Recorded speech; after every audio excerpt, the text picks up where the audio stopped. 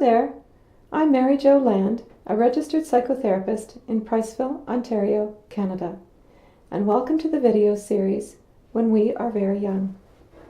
This video series is created to assist parents and professionals who work with parents.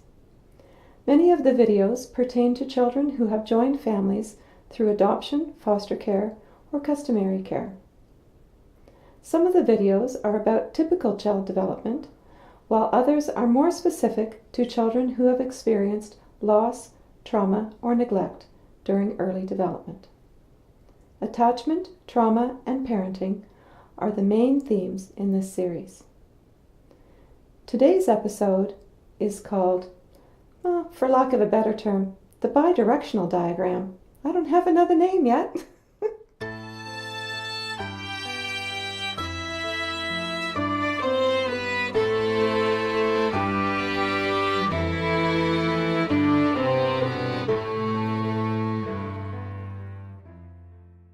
In our last episode, we were talking about the window of tolerance.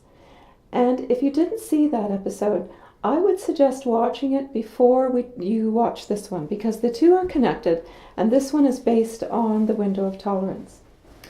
The window of tolerance is Pat Ogden's use of Stephen Porges' polyvagal theory in order to create a conceptualization how the brain and the autonomic nervous system create responses to threat, and that our arousal level changes from in the middle, which is in the window of tolerance, to too high, which is fight, flight, freeze, or too low, which is shut down. So what I want to do now is I want to add the emotional component to that diagram. So that's why it's called the bidirectional diagram, and I really don't have another name for it yet. If you think of one, write me. So we were thinking about last time with arousal level being kind of on the y-axis. And so up here is high arousal, down here is low arousal. Now what I want to do is I want to add the x-axis. I like graphs. So on the x-axis we have emotion. So towards the positive side of the x-axis, we have positive emotion, and in the negative, towards the negative end, we have negative emotion. So that would be called the valence of emotion, positive or negative or neutral. And so just like the window of tolerance, where we have high in the right zone or the best zone and too low, with emotional valence, we also have high emotional positive valence of emotion can be very positive, maybe too positive, and very low, and we understand what too low would look like. So now that means that since we have the x, y coordinates, that means we have 4 quadrants. And so what I want you to think about is in the x, y positive quadrant, which would be the upper right-hand quadrant, we have positive emotion and higher levels of arousal. And so we could think about a box being around this intersection, and within that box, that's where we would be in the window of tolerance and in an appropriate or comfortable emotional state. So in high arousal, high positive affect, we can be excited and happy and having a really great time. Or with the kids that I work with, it's easy for them to even pop out of their own control, even when they're in positive affective states, such as we know that many children get completely dysregulated and out of control at birthday parties or at the high celebrations, or when they think they're having a good time, but in fact they're out of the window of tolerance and out of their own control because their affect and their arousal are both too high. We want to bring them down, calm them down a little bit, and bring their level of excitement down a little bit, and get them into the window in that quadrant. Now we might think about the quadrant that's the lower right-hand quadrant, which would be a low level of arousal, but also positive affect. And so we might think about that, about getting sleepy and reading stories at bedtime.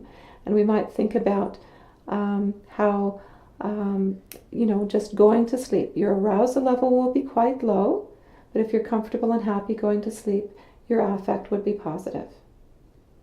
So now let's just go across and think about low arousal but negative affect. And so here we might be in the states of sad, lonely, bored. These would be in the window, in this box that we've now described. Whereas if we go further away, further into lower arousal, further into negative emotion, then we might get into states of depression and, in fact, further on in and even into catatonia or non-responsiveness. So we want to help people move closer by raising their affect and by raising their arousal level. So then let's go up finally to the arousal level that is a high arousal level, but also very negative affect. And these are states of anger, states of distress, and they may be within the box, so they may be under cognitive prefrontal cortex control, or it may be so high arousal and so negative emotion that it is driven out of the box and into a really dysregulated state.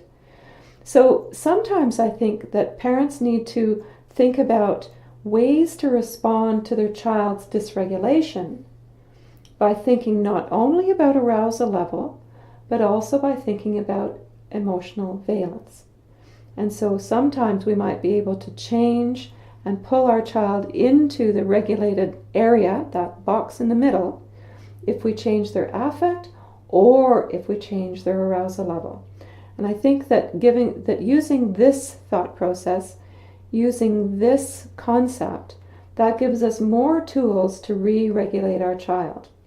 And it also gives us things that we might think about, that if our child gets sad and they're not very good at regulating their arousal level, it might be that they crash too fast. And so their arousal level would drop too fast, or their affect would drop too fast. And so then we would be able to have tools to bring them back up. So I hope that this diagram is helpful to you. We see in the positive corner there, my son throwing his son up into the air, and that's high positive emotion and high arousal. And below there you see my daughter-in-law sleeping peacefully. Both you can see the contentment and the positive affect, but also the low arousal. And in the other low arousal level with negative affect, you see this woman who appears to be very sad. Perhaps she's depressed. You can sense that her energy level is very low. And above her you see this child in great distress, crying very hard and not getting the comfort that she needs right now to feel better. So I hope that this is helpful to helping your child stay in the middle, stay not only in the window of tolerance with arousal, but also stay near the middle and the comfortable range of emotional valence.